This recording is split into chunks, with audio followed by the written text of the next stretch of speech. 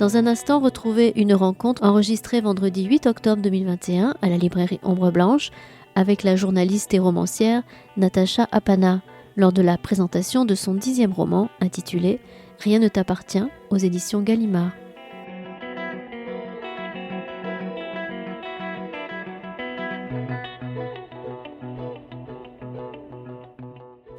Nous avons donc une fan au premier rang. Bonsoir à tous. Bonsoir à toutes et à tous. Merci d'être venus ce soir écouter Natacha Apana que nous recevons pour son nouveau roman « Rien ne t'appartient ».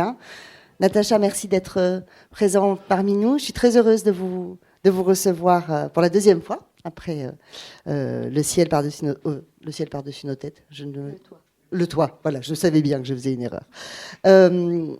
Alors, on avait gardé le souvenir d'un roman extrêmement lumineux pour le précédent, assez étonnant dans le parcours de vos ouvrages, en tout cas, des univers d'habitude qui sont plus sombres. La lumière est plus lointaine. Dans le dernier roman, il y avait quand même cet espoir et cet amour qui portait tout. On retrouve l'amour dans Rien ne t'appartient, parce que c'est quelque chose qui est toujours très central et très important dans vos livres. Mais là, vous êtes revenu sur un registre plus grave. Est-ce que vous avez eu des retours de lecteurs déconcertés par cette lumière, cet espoir qu'il y avait dans le roman précédent, qui vous aurait peut-être pas donné envie de revenir à quelque chose de plus dur, mais de retrouver de l'âpreté dans l'écriture? Non, pas vraiment. J'ai eu des... Je crois que dans le dernier, l'avant-dernier en tout cas, il y avait encore cette manière de parler de l'enfermement, de l'empêchement qui était présent. Mais je n'ai pas senti qu'il y avait, en tout cas chez ceux qui me font le plaisir de me lire, un manque. Mais même chez moi, je n'ai pas senti un manque de plus d'âpreté. Donc voilà. Et puis c'est un livre sur lequel je travaille depuis longtemps, donc je n'ai c'est pas un nouveau projet pour moi. C'est quelque chose vraiment que avec lequel je chemine depuis un certain nombre d'années. Comment pourrait-on présenter le personnage féminin central de ce roman? D'abord, comment la nommer pour commencer à en parler, puisqu'elle a 2 noms dans le roman? Je pense qu'on peut la nommer comme on la rencontre au départ, qu'elle s'appelle Tara. Elle vient de perdre son mari. Ça fait 3 mois qu'elle a perdu son mari. Et quand le livre commence, il commence après une très longue période où il a beaucoup plu. Et l'atmosphère est glissante et humide et moite. Et cette atmosphère-là la fait glisser, elle aussi, dans quelque chose à laquelle elle ne s'attendait pas. C'est-à-dire, au départ, évidemment, elle est seule, elle est triste, mais ça semble une autre mémoire que celle à laquelle elle s'accroche remonte. Et on comprend peu à peu que c'est une femme qui a eu une histoire avant de rencontrer son mari et qui a maintenu cette histoire à distance pour des raisons qui lui appartiennent, bien sûr, mais qu'on comprend. Enfin, j'essaie qu'on comprendra. C'est un roman qui est beaucoup porté par le rêve, je trouve. La première partie est absolument hallucinante et hallucinée. On ne sait pas si ce personnage est en train de basculer complètement dans la folie. Enfin, si, on se dit qu'elle est en train de basculer complètement dans la folie. Oui, c'est vrai que quand on la rencontre, elle est dans un trouble, plus qu'une confusion, c'est vraiment un trouble. Elle ne sait pas si ce qu'elle est en train de voir ou de vivre est vraiment la réalité. Et elle a des moments de lucidité. Son appartement est dans un état chaotique. Elle a des moments de lucidité où elle se dit il faut que je range, il faut que elle attend la visite de son beau-fils, donc il faut que je prépare à manger. Et puis avec un petit détail, elle glisse à nouveau et elle glisse non seulement dans ses pensées, mais également dans son corps. Il me semble que la mémoire de son corps même se réveille, puisque il y a des moments où elle se met à habiter son corps tout à fait autrement.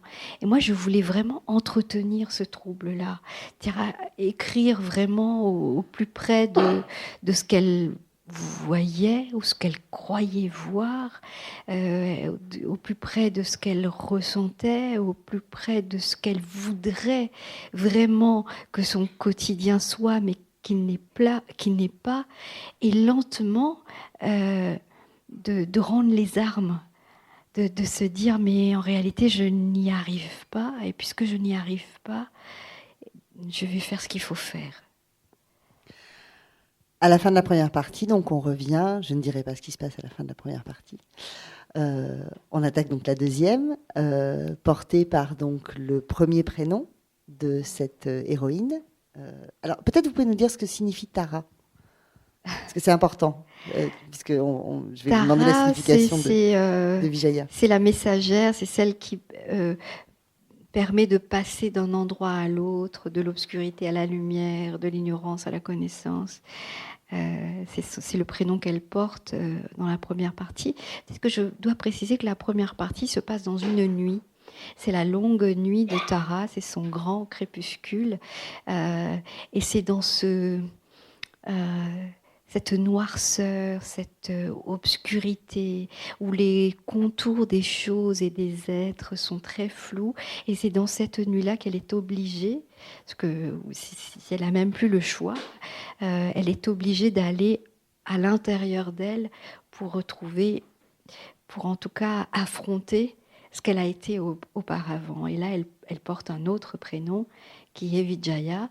C'est un prénom que son père lui a donné, qui veut dire victoire. Vijaya, on la découvre toute jeune fille. Elle a 12 ans, 10-12 ans à peu près. Oui, en tout cas, elle vit chez ses parents pendant 13 ans. Oui, voilà. Et alors, on a tout de suite la sensation d'un décor qui est posé, d'un pays qui s'installe. Ça évoque plein d'endroits du monde qu'on connaît. On en parlait tout à l'heure d'endroits où on pourrait avoir envie de partir en vacances parce que ça évoque le continent indien, ça évoque les îles, ça évoque les rizières. On imagine tout de suite quelque chose d'extrêmement paisible, ce qui n'est évidemment pas le cas dans la réalité, on le sait. Est-ce que pour ce personnage, vous avez eu besoin est-ce que il y a vraiment un décor qui existe parce qu'on a des éléments qui nous permettent de situer, vous nommez la danse en particulier qu'elle fait, et on reparlera de cette danse qui est assez importante. Vous nommez cette danse, mais jamais le pays, on ne sait jamais la religion précise, on a des images, mais en même temps il y a un flou. Alors comment vous avez travaillé sur cette vraie fausse situation géographique et dans quel but ? Alors, peut-être qu'il faut que je dise que j'ai eu l'idée de ce roman il y a plus de 15 ans. Mais vraiment, je crois que j'avais terminé mon deuxième roman et j'ai eu l'idée dans ma tête, je me suis dit l'histoire d'une femme qui, après un accident, commence à perdre la mémoire immédiate et qui retrouve une autre mémoire dont elle se dit qu'il n'est pas la sienne. J'avais ça, simplement ça. Et j'essayais, j'allais dire gratter, mais c'est vraiment ça. J'essayais de gratter un peu autour de ça. Je n'y arrivais pas. Et je n'avais rien d'autre. Je n'avais pas de décor, je n'avais pas de contexte. Je ne savais même pas de quelle mémoire elle était dépositaire ou non dépositaire.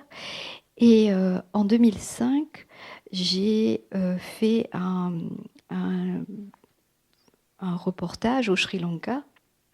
C'était un reportage une année après le tsunami pour le magazine Géo. C'était pour voir comment les victimes du tsunami de la côte ouest, en partant de la capitale jusqu'au sud, reconstruisaient leur vie, et tout particulièrement le long d'un chemin de fer qui avait été complètement détruit avec la vague.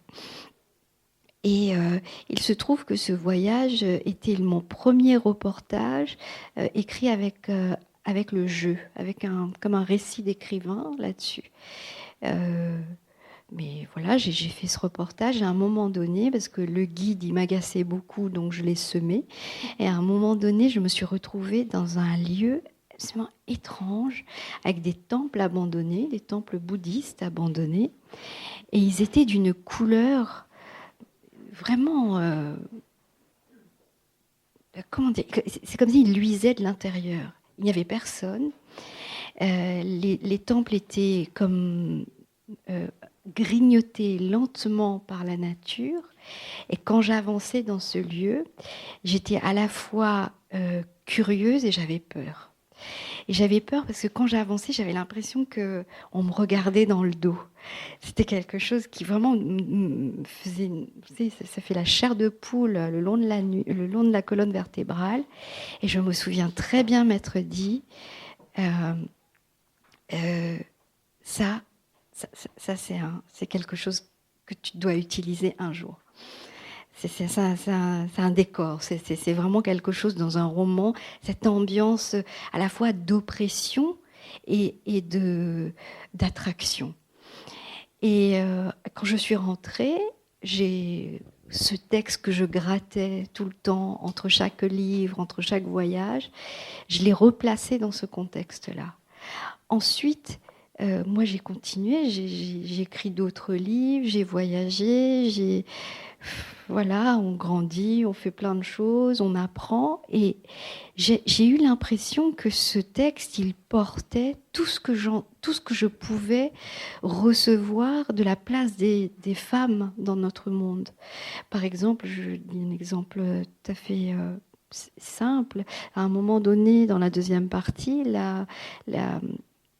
Vijaya se retrouve dans un refuge, ça s'appelle le refuge, mais ce n'est pas vraiment un refuge, c'est comme une sorte de lieu où on parque des jeunes filles qui ont fauté ou qui n'ont pas eu une vie, une vie correcte, convenable. Et en me documentant pour un autre article, évidemment, vous savez, quand on commence à documenter, il y a comme un fil comme ça qu'on tire. Et j'étais tellement surprise et triste de me rendre compte que des lieux où on parque les filles, ça existe partout. En Irlande, aux États-Unis, en Papouasie-Nouvelle-Guinée, en Afrique, en Inde, partout. Jusqu'à maintenant, chaque pays, quelle que soit l'organisation sociétale, quelle que soit la religion, c'est la culture, on trouve toujours un lieu où on parque les filles. Et j'ai vraiment eu l'impression que ce livre-là, les choses qui m'intéressaient infusaient dedans. Et je me suis toujours dit, voilà, ce livre se passe dans un pays, une île, ça c'est sûr, multiculturel, où les habitants ont accès à plusieurs langues, plusieurs religions, mais qui, à la faveur, je ne sais pas si faveur est le bon mot, à la faveur de choix politiques, ce pays se retournerait contre ses propres habitants. J'ai imaginé un pays où la nature serait comme ce lieu dans le temple, c'est-à-dire une nature luxuriante, qui n'a pas besoin des hommes et qui est à la fois refuge et menace. Un pays qui ne sait pas se servir, à cause des choix des hommes et des femmes, ne sait pas se servir de ses propres trésors.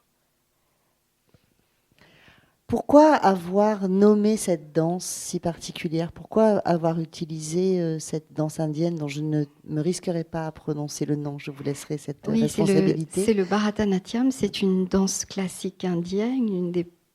C'est une danse millénaire c'est une danse très difficile à maîtriser parce qu'il faut des années de pratique avant de pouvoir monter sur scène. Et moi, je l'ai pratiquée pendant quelques années quand j'étais petite fille plutôt. Et j'ai toujours été très étonnée parce que c'est une danse de la rigueur. C'est une danse de la posture, c'est une danse de l'attitude. Mais une fois qu'on a maîtrisé cette rigueur, cette posture, cette attitude, c'est une danse de l'amour. C'est une danse de la guerre, c'est une danse de la rivalité où, avec la maîtrise et la posture et l'attitude et la rigueur, parce que c'est une danse qui s'exécute les genoux fléchis, donc en position de squat presque, vous imaginez, pendant 1 heure. Et c'est une danse qui est extrêmement sensuelle, où la place des femmes, elle est primordiale et centrale. Quelques hommes apprennent cette danse, mais souvent dans des pièces de théâtre, parce que c'est une danse théâtrale aussi, les hommes jouent le rôle des femmes. Donc se maquillent comme des femmes, se griment, se travestissent même parce qu'ils prennent des gestes. Et j'ai trouvé que cette danse-là, pour ce personnage, qui a une éducation stricte, complexe, mais libre à la fois, était tout à propos pour elle, parce que ensuite elle va se servir de la liberté qu'offre cette danse-là pour pouvoir s'épanouir, même si c'est s'épanouir en secret.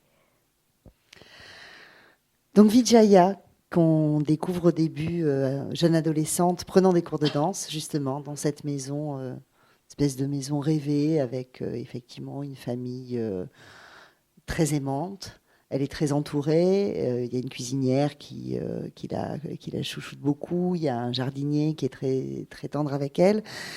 Et vous l'évoquiez tout à l'heure, la violence des hommes va faire qu'elle va se retrouver orpheline, seule survivante du massacre de sa famille, et récupérée, sauvée par l'ancien jardinier qui avait fui la maison.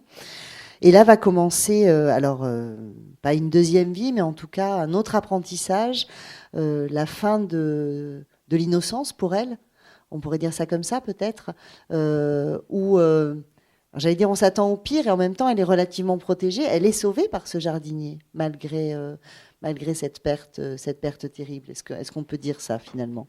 Oui, tout à fait. Elle est sauvée par ce jardinier, mais sauvée avec du bout des doigts, je dirais. Parce qu'il la prend chez elle, mais il la met dans un coin. Et il y a toute une partie de son existence où personne ne lui adresse la parole. Elle ne parle à personne non plus. Non plus, mais surtout parce que personne ne lui parle. Plus personne ne l'appelle par son prénom, sauf le jardinier de temps en temps le soir. Et le jardinier a ce rapport avec elle qu'il avait avec ses parents.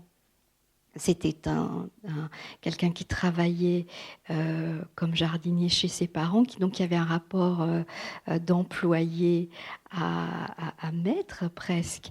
Et il se moque un petit peu. À un moment, il mime la catastrophe. Il se moque du père de Vijaya en disant « mais lui, avec ses grandes idées, son éducation, il pensait que ces choses-là étaient possibles. » Parce que le père de Vijaya était un opposant politique, était quelqu'un qui refusait l'imposition d'une langue, l'imposition d'une religion, qui ne croyait pas en Dieu, qui refusait déjà qu'il y ait de traces d'idoles chez lui, mais elle avait une mère un peu sorcière. Et ce jardinier-là va la réduire à un corps adolescent, mais elle va s'en servir, puisque avec la liberté qu'elle a, et puis comme personne ne lui dit comment aimer, elle va aimer avec la liberté la plus totale. Je reviens sur les parents, je reviens un peu en arrière. Couple assez étonnant que ses parents, effectivement. Lui, qu'on sent très instruit, opposant politique, qui s'exprime publiquement, à la radio, très intransigeant dans son refus des croyances populaires, si je puis dire, puisqu'il ne veut pas que sa fille aille à l'école publique, parce qu'il ne veut pas qu'elle n'apprenne qu'une seule langue, justement, qu'elle soit enfermée dans des dogmes et dans une histoire prémâchée et arrangée d'une certaine manière. Et en même temps, qui a donc pour épouse une femme dont on découvre que les nuits de pleine lune, il ne faut plus lui parler, il faut la laisser errer dans le jardin, des gens viennent la voir. Alors, une double question. D'abord, on n'a pas beaucoup... Je me suis posé la question du trouble que ça devait être pour cette adolescente entre ce père qui lui faisait l'école d'une manière très rigide, où elle doit l'appeler monsieur pendant les cours, et qui en gros lui apprend qu'il ne faut pas qu'elle croie sa mère. Comment elle vous n'insistez pas tant que ça sur la schizophrénie que ça peut engendrer. Il ne lui dit jamais qu'il ne faut pas qu'elle croie sa mère. Hein. Mais elle pourrait le conclure par rapport à tout ce qu'il lui dit. Tout à fait. Mais c'est en effet une éducation extrêmement complexe qu'elle a reçue. Mais entre sa mère et son père, il y a quelque chose qui est indéniable, c'est l'amour. C'est un couple très aimant, c'est un couple très soudé, et elle en retient ça. Mais de cette éducation complexe, elle retient la liberté de l'esprit, la manière d'argumenter, même des années plus tard, quand elle va se retrouver toute seule, elle qui est très seule, même dans son enfance, elle est très seule, elle n'a pas d'amis, elle n'a pas de cousins, elle n'a personne, elle vit entre adultes, et elle a souvent des grands moments où elle est toute seule. Et plus tard aussi, elle se souvient de ce que son père lui disait, et comme si elle continuait son éducation avec lui, elle décortique ce qu'il a pu lui dire en disant « Ah oui, mais quelqu'un m'avait dit que ces choses étaient comme ça, mais moi je pense que non. » Et je crois, sans vouloir amener les choses à mon expérience, mais moi j'ai eu une éducation comme cela. C'est-à-dire, il y avait la science, les faits, l'école, ce qui était vérifiable, ce qui était palpable et plausible. Et à côté, il y avait un flou. Mais l'un n'était pas antinomique à l'autre. Moi, je n'ai jamais senti, parce que mes parents sont des gens extrêmement pragmatiques, très terre à terre, mais j'ai longtemps vécu avec ma grand-mère qui, elle, vraiment croyait en 1001 choses, qui me faisait une liste de tout ce que je dois et je ne dois pas faire selon les jours où il faut faire ceci et cela.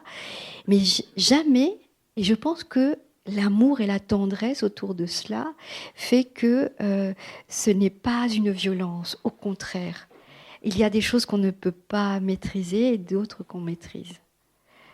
Est-ce que le portrait de cette mère sorcière est un contrepoint à tout ce que le reste du roman nous dit de la condition féminine dans le monde?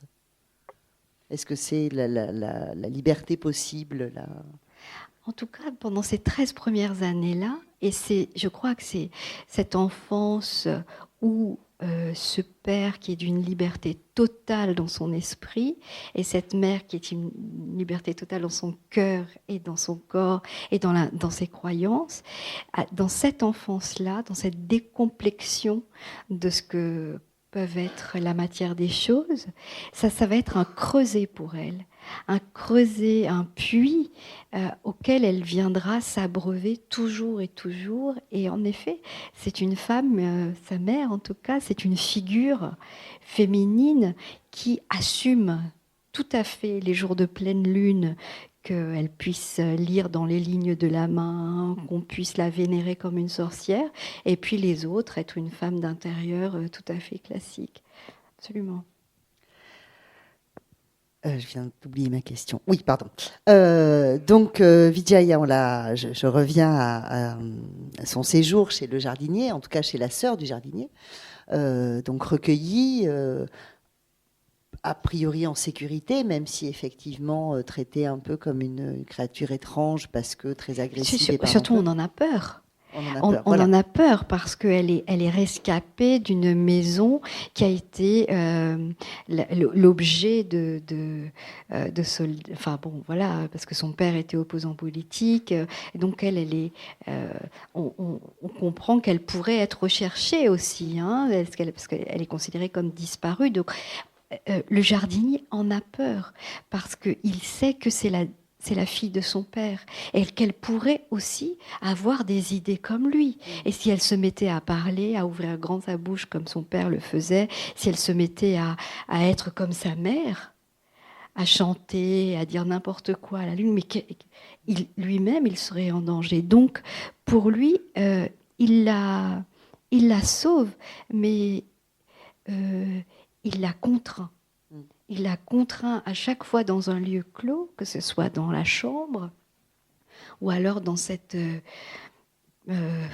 cabane au fond de la cour, il la contraint constamment. Mais elle, je trouve qu'elle est, même dans cette contrainte, même dans ce nouveau monde où plus rien, tout ce qu'elle a pu connaître n'existe pas, elle arrive à, par exemple, dans la présence de la sœur du jardinier qui ne lui dit rien, qui se contente de la laver, de la soigner, dans ces moments-là, elle arrive à extraire un petit peu une essence de l'humanité. Elle arrive toujours à extraire quelque chose qui sera comme une autre brique, quelque chose qu'elle construit pas à pas, par petits bouts, mais elle y arrive. Et puis elle rencontre ce jeune garçon. Vous nous disiez tout à l'heure effectivement que personne ne lui avait appris à aimer. Elle est prépubère quand ses parents sont morts.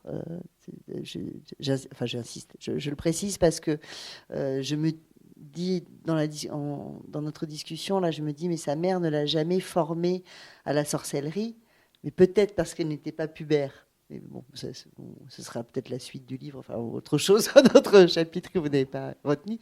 Donc elle découvre ce garçon avec lequel elle va reprendre possession de son corps et de sa vie. Je crois qu'on peut le dire comme ça. Oui, elle est adolescente, elle a 15 ans quand elle rencontre le garçon. D'ailleurs, elle l'appelle le garçon, parce qu'à ce moment-là, elle n'a pas de prénom, elle est la fille. Et avec ce garçon, il n'y a pas de, je dirais de manière un peu simple comme ça, il n'y a pas d'intention. L'intention n'existe plus. Ce qui existe, c'est deux adolescents. Et comme d'ailleurs elle le dit à un moment donné, personne ne m'a... Dans ce pays, justement, où les normes, où les règles, où ce qu'il faut faire, ce qu'il ne faut pas faire, ce qui est convenable, ce qui n'est pas convenable, sont tellement présents, à ce moment-là, personne ne lui dit ça. Elle n'a ni sa mère, ni son père, ni personne. Le jardinier ne lui parle pas, la sœur du jardinier ne lui parle pas. Personne ne lui dit « Attention, fais attention à toi » ou « ça ne se fait pas ». Elle, ce qu'elle ressent, c'est une extrême tendresse et une sorte d'éclosion de son corps, comme elle jouait l'éclosion du bourgeon dans ses danses. Et de cette éclosion-là, c'est une sorte de... C'est une libération pour elle, après des années de contraintes. Et pourquoi se refuser à ça ? Pourquoi se refuser à la libération des chaînes, à la non-contrainte ? Donc pour elle, elle va aimer ce garçon, et le garçon va l'aimer aussi, de la manière la plus digne, noble et sensuelle possible. Et elle devient une fille gâchée dans l'esprit des villageois. Alors, l'expression fille gâchée, c'est une expression que vous avez entendue ou que vous avez inventée ? Parce qu'elle est terrible quand même. Je crois que je l'ai inventée, mais je suis sûre que je ne l'ai pas inventée. Je suis sûre qu'elle existe. Mais c'est-à-dire, dans la notion de fille gâchée, je trouvais qu'elle était assez... cette expression, je ne sais pas comment dire, elle était assez révélatrice dans le terme gâché. C'est comme un fruit gâché. C'est quelque chose qui a passé une étape. Mais dans gâché, il y a aussi, vous savez, dans les fruits gâchés, il y a un sillage. Il y a l'odeur. Il y a un sillage qui continue. Et dans la notion de fille gâchée, il y a également ce sillage-là. C'est quelque chose dont on n'arrive pas à se libérer.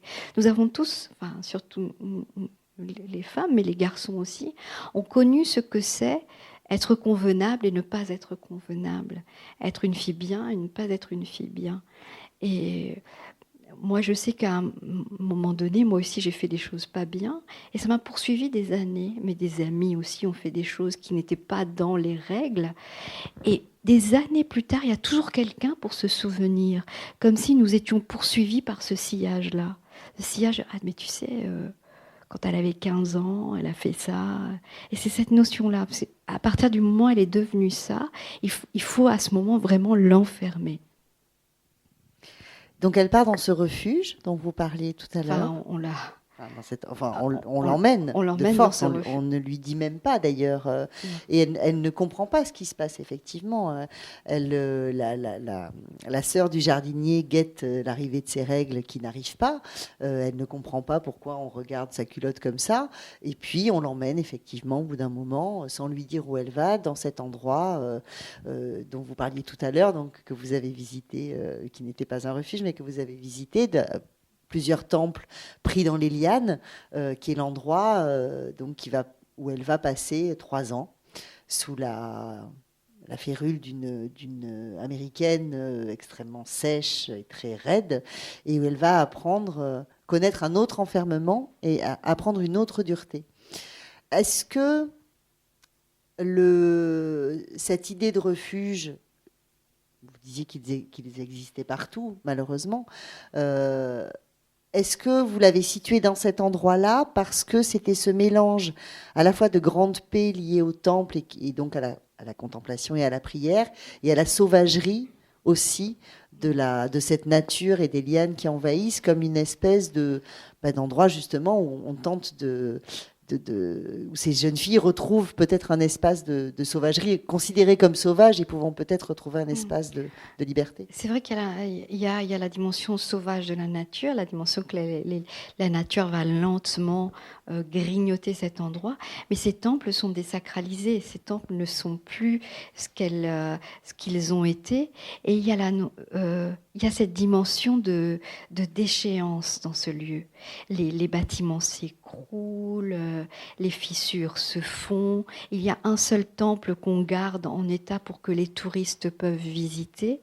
Et je trouvais que c'était intéressant de le mettre là où une gloire passée a existé, mais qu'on perçoit par petits bouts, parfois dans les sculptures dont la tête a été détruite, dans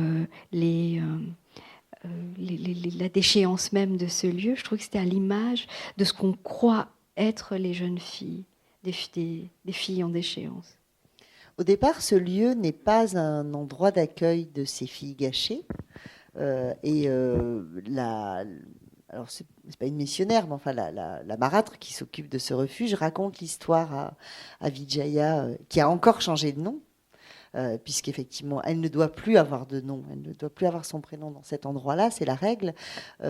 Et on sent la déception de cette Américaine racontant pour elle la perte d'objectif initial de cet endroit. Est-ce que vous pouvez nous raconter un peu ça, qui rajoute à la déchéance de ces filles, d'une certaine manière ? Oui, parce que c'est un lieu qui était d'abord conçu pour accueillir des vraies victimes de la guerre. Donc elle raconte ça, elle dit, mais avant, tu vois, ici, il y avait des vrais blessés, des vrais enfants en souffrance, des enfants qui avaient reçu des balles, des enfants qui avaient perdu leurs parents dans des conditions terribles. Et ça, maintenant, vous avez fait n'importe où, vous avez fait des bêtises. Donc je suis obligée de m'occuper de vous, alors qu'avant, c'était des enfants qui avaient, si j'ose dire, qui souffraient. Comment vous dire ça, dont la souffrance était noble, qui avait une souffrance noble, et vous, votre souffrance, elle est détestable.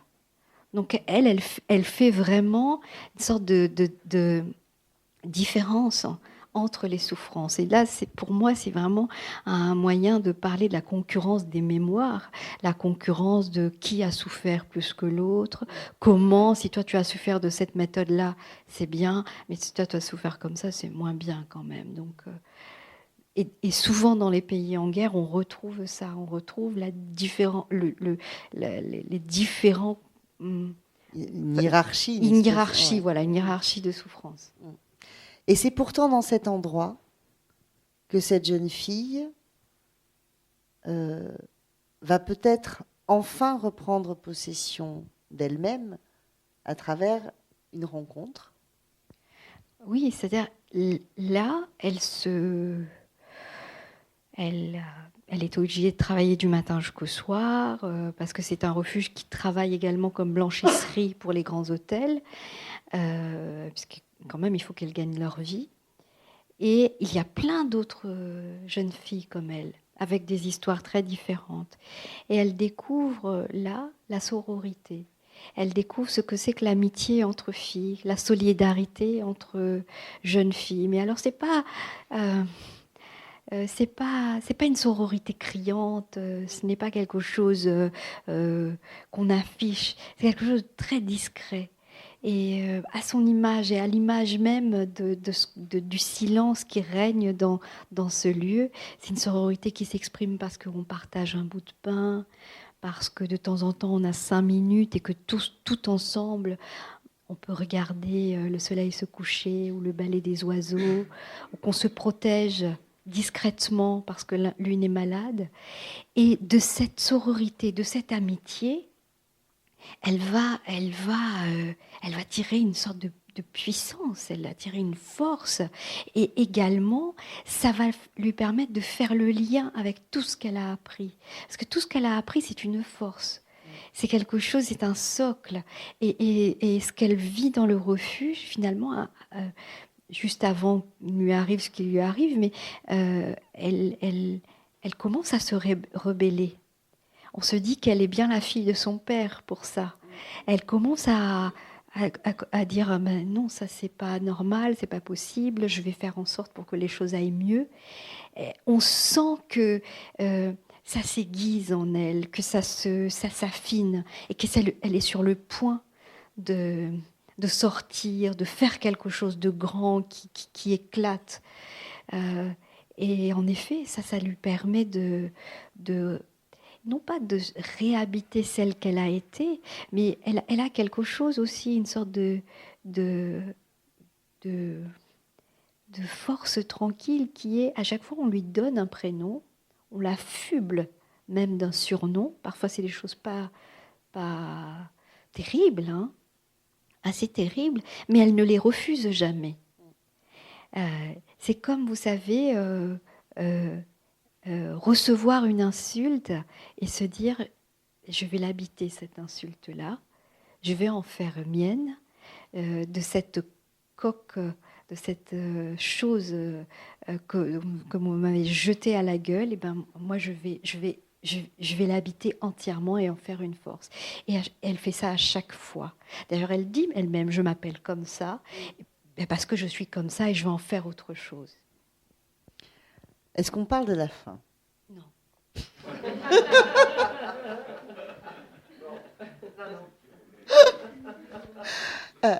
Est-ce qu'il y a des questions dans le public ? Pas sur la fin. Mais pas sur la fin.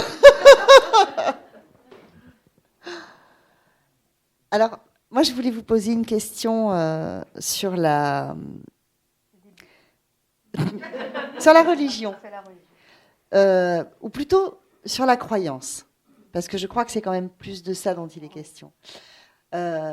Son père dit que c'est dans la science qu'il faut croire, que la vérité est dans les faits, constatés, prouvés. Sa mère, on l'a dit, a une espèce de sorcière un peu. Et puis, elle vit entourée, entre la cuisinière et le jardinier, de rituels, de légendes. Vous parliez de votre grand-mère, enfin voilà, on voit d'où ça vient, comme on a tous connu, voilà, voilà, de la culture populaire. Elle refuse ça, et en même temps, à plein de moments dans le livre, elle en veut à son père de l'avoir construite comme ça, parce que elle va chercher du soutien dans cette spiritualité, dans ces symboles, dans le temple qu'elle occupe quand elle est au refuge, dans la couronne de feuilles qu'elle tisse pour le premier de l'an. Et c'est très fort chez elle. Je crois qu'à un moment donné, elle dit qu'elle en veut à son père de l'avoir empêché de se raccrocher. Enfin, elle dit que son père, donc elle l'appelle jamais mon père, elle dit quelqu'un m'a dit que il n'y avait que la science et les faits, que les temples sont, je ne sais plus, l'invention des hommes, mais moi je crois que les temples sont des endroits où on peut trouver des réponses que la science n'offre pas. Elle se rend compte que l'éducation qu'elle a eue est une éducation qui n'est pas finie. C'est ça le point de rupture, c'est qu'elle a commencé quelque chose qui n'est pas terminé, qu'elle est obligée, elle, de terminer, et de terminer avec ses propres armes, avec sa propre expérience. Et c'est vrai que la cuisinière et le jardinier avaient au fond de leur logement toujours des idoles. Mais ça, c'est quelque chose que j'ai vu régulièrement. Ça existe encore dans les pays. Alors, il ne faut pas que je dise pays. Dans les départements français, notamment aux Antilles, et un peu moins à La Réunion, mais surtout aux Antilles.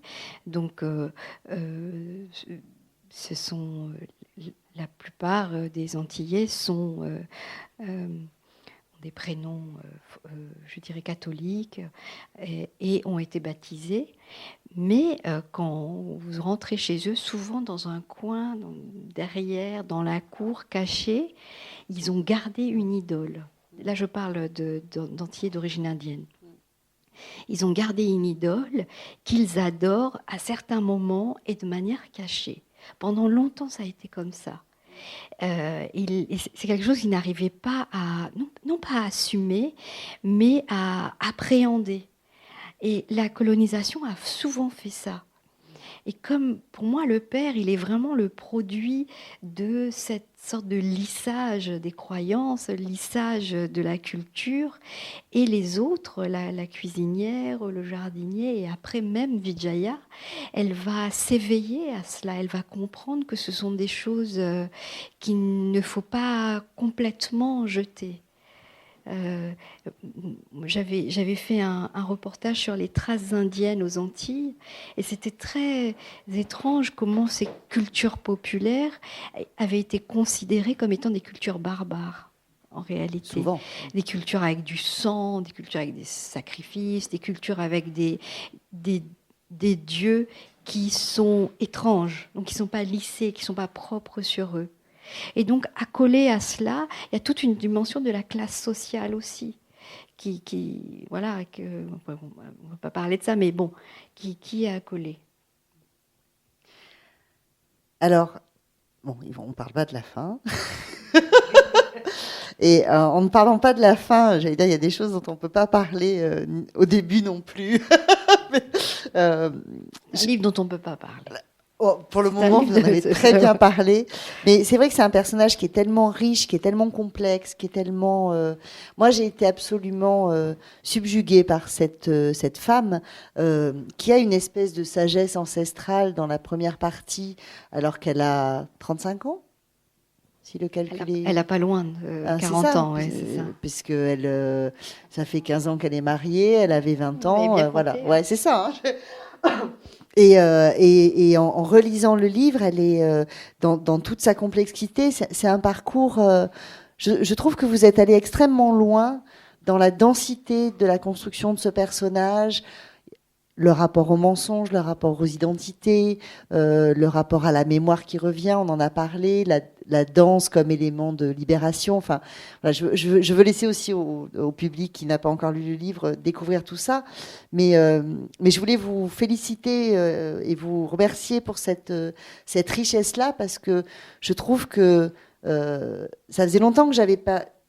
Il n'y a qu'un personnage, d'une certaine manière, et vous arrivez à en faire un univers absolu. Merci pour ça. C'est gentil.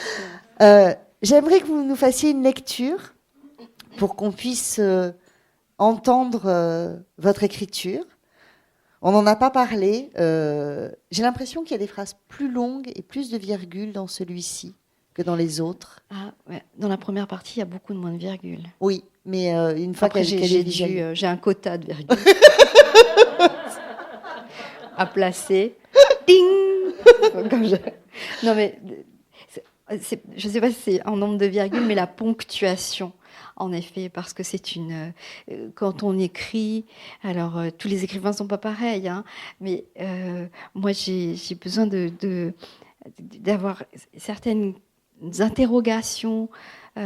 Bien sûr, il y a l'histoire, il y a le chemin qu'on veut raconter, mais il y a cette chose qui est une sorte de la... Il y a tant de livres, enfin, vous savez très bien, il y a tant de livres et on se dit, mais est-ce que cette histoire, elle est nécessaire ? Est-ce que à ce moment-là, la manière dont on la raconte, est-ce que c'est nécessaire ? Qui la raconte ? Comment elle va raconter ? Dans quel climat elle va raconter ? Vous avez parlé au début de la lumière, qui était dans le premier, l'avant-dernier. Dans celui-ci, c'est vraiment l'élément de l'eau, Oui. cette chose qui glisse. Oui, je ne peux pas en parler. Parce qu'il ne faut pas parler de la fin. Oh, oups. Et donc, et il y a aussi, et ça m'est de plus en plus essentiel, c'est la place, l'endroit à partir duquel le narrateur raconte. Est-ce qu'il raconte à partir d'un chagrin, d'une envie de revanche, d'une envie d'expliquer est-ce qu'il parle la bouche close ? Est-ce qu'il parle avec les mains serrées ? Et moi, j'ai l'impression que cette femme-là, elle parle avec son corps. Elle se souvient du goût des choses, elle se souvient de l'odeur des choses, elle se souvient aussi de l'empreinte de la caresse, de la manière dont les doigts effleurent. Et la ponctuation pour raconter quelque chose de si corporel, je dirais, elle est là pour cela. Parce que quand on raconte comme cela, il y a des choses parfois qui vont vite et d'autres qui vont plus lentement, parce qu'on veut s'arrêter à un mot et celui-là. Et parce que ce mot-là, il dit tout un univers, il dit un amour, ou il dit un être perdu, mais juste un mot. Les points d'interrogation qui apparaissent à la fin des phrases rapportées. Pourquoi ? Parce que c'est... Alors, soit vous nous répondez, soit j'ai mis une théorie si vous ne voulez pas... ça m'a déconcerté au début parce que ce n'est pas du tout un endroit pour un point d'interrogation. Il n'y a jamais de questions. Mais je me suis dit, est-ce que c'est une façon de semer le doute et de nous faire dire, mais peut-être qu'elle imagine encore et qu'elle invente quelque chose et que ces paroles n'ont pas eu lieu. Pour moi, c'était pour montrer qu'elle avait un esprit à elle, qu'elle avait sa propre manière de penser, qu'avec tout ce qu'elle avait reçu et tout ce qu'elle avait vécu, elle avait encore l'intelligence, c'est une femme intelligente, l'intelligence et la force de pouvoir questionner ce qu'on lui disait. Et que même si on veut faire d'elle un esclave, elle n'en est pas une du tout, du tout. Du tout. Je vous laisse lire. On peut peut-être replacer ce chapitre. Oui, alors c'est presque au milieu, c'est un chapitre vraiment de rupture où c'est comme une adresse à ses parents. Quand elle se rend compte que ce qu'elle a vécu a pris fin, alors que ça ne devrait pas prendre fin. Ses parents lui ont dit que la science et les faits et que la lune continuerait tout le temps, que la nourriture et les fruits seraient toujours en abondance et qu'elle serait toujours dans cette bulle-là. Quand elle comprend les choses, et c'est un point de bascule dans le récit. Jamais personne ne m'a expliqué ce que c'est qu'être une fille dans ce pays. Personne ne m'a dit « Attention à la manière dont tu cours dans la rizière en battant les bras comme si tu voulais t'envoler, ne chante pas comme ça tous les matins quand tu te réveilles. Prends garde au sourire que tu offres à n'importe qui, ne t'allonge pas sur la véranda à côté du chien pour écouter aux portes quand les gens viennent voir ta mère. Ne t'assieds pas tous les soirs sur les genoux de ton père, ne te lave pas les cheveux près du puits sans te préoccuper de qui peut te voir. Ne vole pas l'huile de groseille des bois dans l'armoire de ta mère pour t'en enduire la chevelure. Ne ris pas à gorge déployée quand tu gagnes à la belote. Ne te mets pas à danser quand ta chanson préférée qui parle d'amour et de chagrin passe à la radio. Et surtout, ne ramasse jamais une fleur de frangipanier fraîchement tombée pour la mettre derrière tes oreilles. Personne ne m'a dit que sur le chemin, au-delà du jardin, de la rangée de bananiers, au-delà de la rizière, il y a des gens qui regardent comment grandissent les filles, qui surveillent leur poitrine qui pointe sous le chemisier, leur taille qui se creuse, leurs hanches qui s'arrondissent.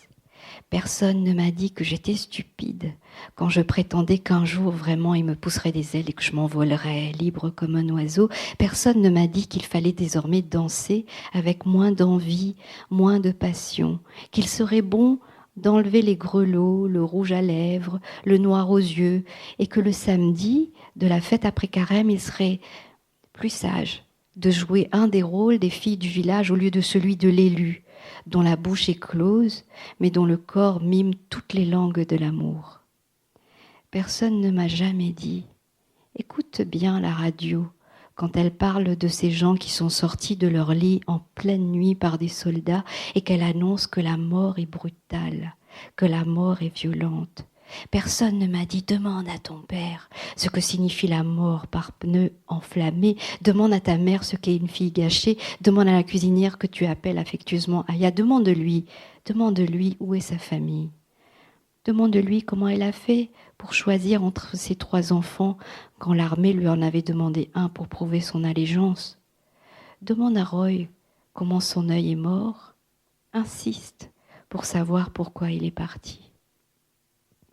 Personne ne m'a dit « Écoute bien la radio, un jour, ça sera toi à genoux. » Personne ne m'a dit « Profite de ce ciel, de cette terre, de cette eau pendant qu'il est encore temps. » Personne ne m'a dit « Vautre-toi dedans, plonge, avale, étouffe-toi un peu avec. » Bientôt, ce sera fini. Bientôt, tu sauras ce que c'est une fille de ce pays. Merci beaucoup, Natacha.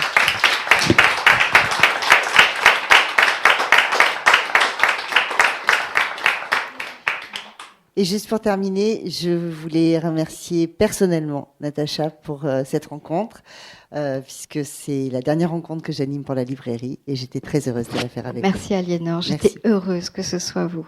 Merci beaucoup. Merci à vous.